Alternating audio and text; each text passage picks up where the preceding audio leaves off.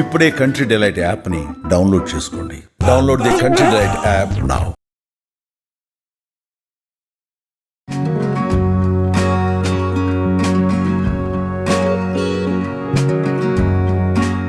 Suman TV ప్రేక్షకులందరికీ దసరా పండుగ శుభాకాంక్షలు. పండుగ సందర్భంగా మనం రకరకాల నైవేద్యాలు చేస్తాం. 1-2 సార్లు గారెలు చేస్తాం. గాయత్రీదేవి నివేదనకి అల్లపు గారెలు బాగా విశేషంగా చెప్తారు. తర్వాత మహానవమి నాడు కాళికాదేవి కూడా గారెలే నివేదన చేస్తాం. పొట్టు మినపప్పుతో అల్లపు గారెలు ఇది అందరూ చేసేదేనండి. అల్లం విశేషంగా వేసుకోవటం. మామూలుగా గారెలు అనగానే వడల్లో మనం ఏం చేస్తాం, ఉద్దిపప్పు వడలు, మినపప్పు వడ, గారెలు ఇలాగంటాం కదా. దీంట్లో అల్లము, పచ్చిమిర్చి, కొత్తిమీర వేస్తాం కదా.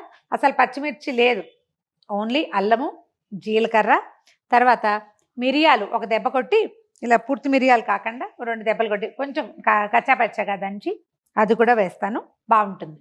అమ్మవారి నివేదనకి ఇది చాలా మంచిదని చెప్తారు. పొట్టు మినపప్పుని ఒక 4-5 గంటలు 3-4 గంటలు నానబెడితే పొట్టంతా తీసేయచ్చు. ఎక్కువ భాగం తీయద్దు, ఒక 70% తీసి 30% ఉంచుకోవచ్చు. మొత్తం పొట్టుతోటి కనుక చేస్తే మరి మీ చాయిస్ అయితే చేసుకోండి, కానీ నేను చెయ్యను, అలా చెప్పము కూడా. పొట్టు ఎక్కువ తినటం వల్ల చెవికి మంచిది కాదు అని చెప్తారు. మాకు పండే నేలలే మావి. ఆ చిన్నప్పటి నుంచి కూడా మేము ఇదే వింటున్నాం.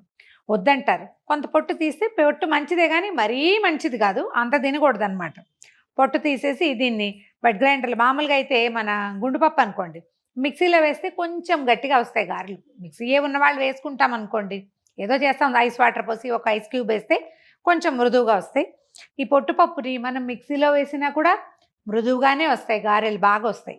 సో పొట్టు తీసేసాను, గ్రైండ్ కూడా చేసేసాను. గారెలు మాత్రం వేసి చూపిస్తాను. మిరియాలు కొంచెం బరగ్గా గ్రైండ్ చేశాను. పప్పు గ్రైండింగ్ కూడా చూడండి, కొంచెం పొట్టు కనిపిస్తుంది కదా.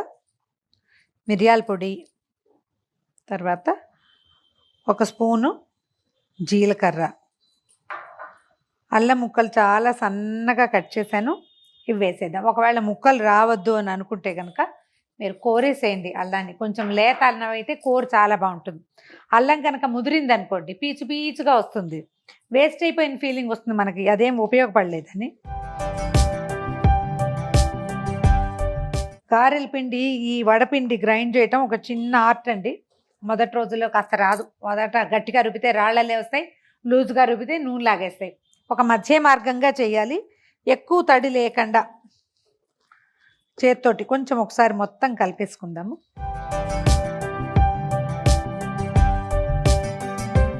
ఒక్కొక్కళ్ళకి ఒక్కొక్క అవగాహన ఉంటుందండి. ఒక మంచి గుండ్రగా బాగా షేప్ రావాలి కాబట్టి ఎక్కువ సార్లు తడి చేసుకున్నాం అనుకోండి, చెయ్యి షేప్ బ్రహ్మాండంగా వస్తుంది, బాగా వస్తాయి గుండ్రంగా, కానీ నూనె పీల్చేస్తాయి. అలాగని గట్టిగా పిండితే పిండి గట్టిగా ఉండిపోయిందంటే రాళ్ళల్లే ఉంటాయి. అలవాటుగా వారం వారం చేస్తూ ఉంటే ఆ పని చేయటం వచ్చేస్తుంది మనకి. కొంచెం కొత్తల్లో కాస్త ఇబ్బంది అంతే. మొత్తం కలిపేసాము. రుబ్బేటప్పుడే ఉప్పు సరిపడా వేసాను. మనం నైవేద్యాలు పెట్టేటప్పుడు రుచి చూడకూడదు, అదొక సాధారణ నియమం. వేసి చూద్దాం. స్టవ్ హైలో పెడదాము.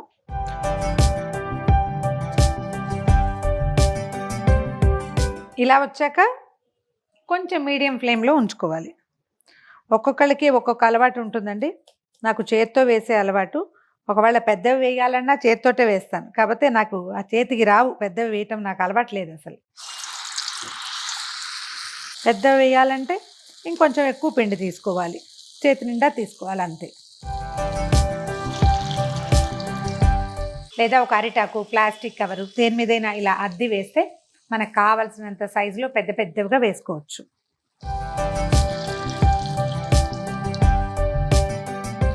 ఇది ప్రాంతాల వారీగా ఉంటుందండి.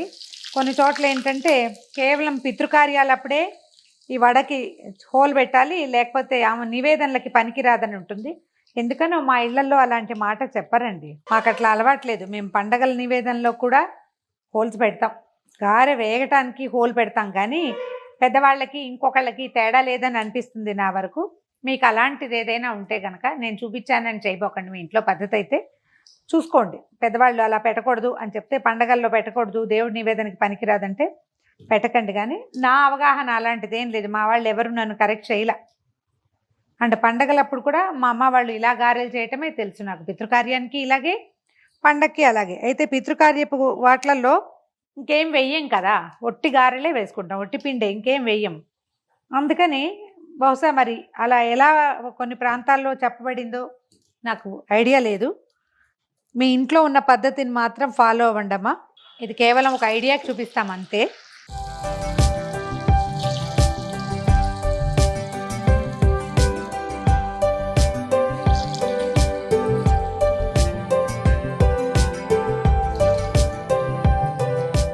ఆఖరి వాయి గారెలు కూడా తీసిస్తున్నాం. గారెలు చేసేటప్పుడు పాత్ర పెట్టుకున్న నూనె కొంచెం తక్కువ పెట్టుకుంటే వేస్టేజ్ తక్కువగా ఉంటుంది. కొంచెం ఎక్కువ ఆయిల్ వేసుకోవాల్సి వస్తాం అంతే. మినుము తింటే ఈనుగు తిన్నంత బలం అని చెప్తారండి. ఎక్కువ ఐరన్ రిచ్ ఫుడ్ అని, ఈనుగు తిన్నంత బలంగా ఉంటామని చెప్తారు. అమ్మవారి నివేదనల్లో తప్పకుండా అంటే చాలా ఎక్కువ రోషంగా కనపడేటువంటి స్వరూపానికి ఇలా మినుము నివేదన పెట్టాలని చెప్తారు. మామూలుగా మాంసాన్నం పెట్టే పద్ధతి ఉండేది పురాతన కాలంలో. ఇప్పుడు మనం అవన్నీ పెట్టాం. అందుకని దానికి బదులుగా మాంసానికి బదులుగా మాషలు పెట్టాలని చెప్తారు. ఆ మాష అంటే మినుము. అందుకని మహర్నవమి రోజున తప్పకుండా గారెలు నివేదన పెట్టాలి. ఆ నివేదన ప్రసాదం స్వీకరిస్తే అమ్మవారి యొక్క ప్రసాదం తప్పకుండా మనకి లభిస్తుందని చెప్తారు. ప్రయత్నం చేసి చూడండి. అల్లం ఎక్కువగా వేసి గారెలు వేసి నివేదన చేయండి. మరొకసారి సుమన్ టీవీ ప్రేక్షకులందరికీ దసరా పండుగ శుభాకాంక్షలు.